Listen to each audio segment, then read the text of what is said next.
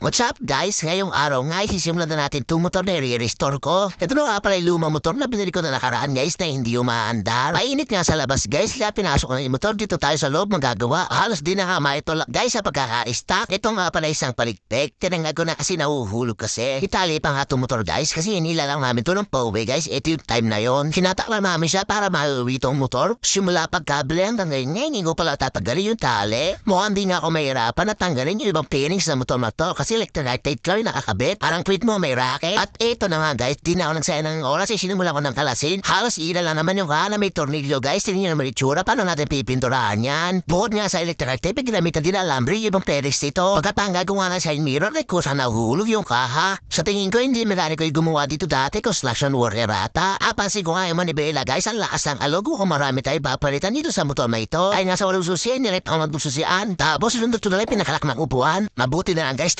kasama dati kasi tayong kawatan. Hahayo. Sinubukan ko muna nga pala guys kung may kuryente bago natin mapaandar to. Tinaluban ko na nga pala pinakaware kasi nahihina na ako sa kuryente niya guys pero ganoon pa rin mahina pa rin. Mahina pa rin kahit tilagyan ko ng bagong CDI kaya binalik ko na rin dati. Nung kakalasin ko na yung carb napansin ko wala pa ng isang tornilyo ito. Alam na kung mga ba guys talagyan ko na ng bago. Nakatan nyo na may tsura ang carb sa tagal na guys halos nag-umido na yung tsura sa tagal na na-extract na motor na ito. Di ko nga alam guys kung pwede pa itong carb na ito. Tatry ko pa rin linisan guys para mapaandar natin ngayong araw itong motor na ito. Ito nga pala itsura ng load ng carburetor ng motor na ito. Halos naggatas-gatas na guys at nag-uumido na rin. Buti dalanti pa ganun ko lalakit yung guys may pwede pa naman to. Kaya kinilas-kilas ko na para masimulan ko ng linisan. Amit nga pala ako ng gasolina dyan guys para malinisan natin itong carburetor ng motor na to. Tapos binugaan ko ng hangin yung mga sulok-sulok at lahat ng butas ng carb na ito. Para maasigado tayong malinis at walang bara. Lahat yan ng part ng load ng carburetor guys ay nilinis ko. Dahil sa natapos ng linisan ay binalik ko na sa dati. Ito na nga pala itsura ng carburetor guys matapos kong linisan. Para wala nagbago. Hahayo. Kinabit ko na nga pala yung carburetor guys at talagyan ko na rin pala isang part na walang tornilyo. Tapos lusugan ko ng Wario Weather Edition guys. Kapos kasi yung weather papunta sa spark plug di kasi aabot. Ilagay ko lang naman yan guys para samantagal para matesting na naman natin tong motor. Kaya nga rin pala ako guys ang bagong gas cable. Pasamantala lang din yan guys. Tatangay din natin yan. Para lang din matesting natin guys para pag umandar tong motor. Di ba mas okay pag may throttle cable? Sari nga lang pala ako ng konting gasolina para pan-testing lang guys. Para malaman natin kung aandar tong motor na to.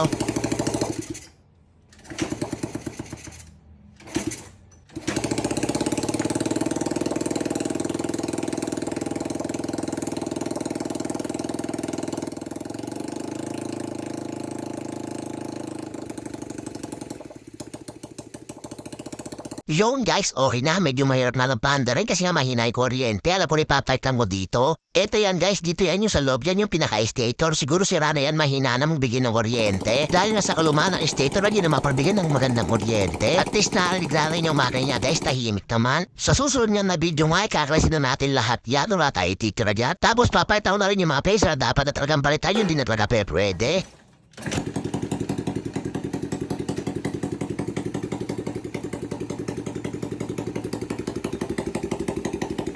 So yun nga, hanggat ito na lang muna ipag-ayos natin sa motor na ito guys. Salamat for today's video. Ingat! Alright!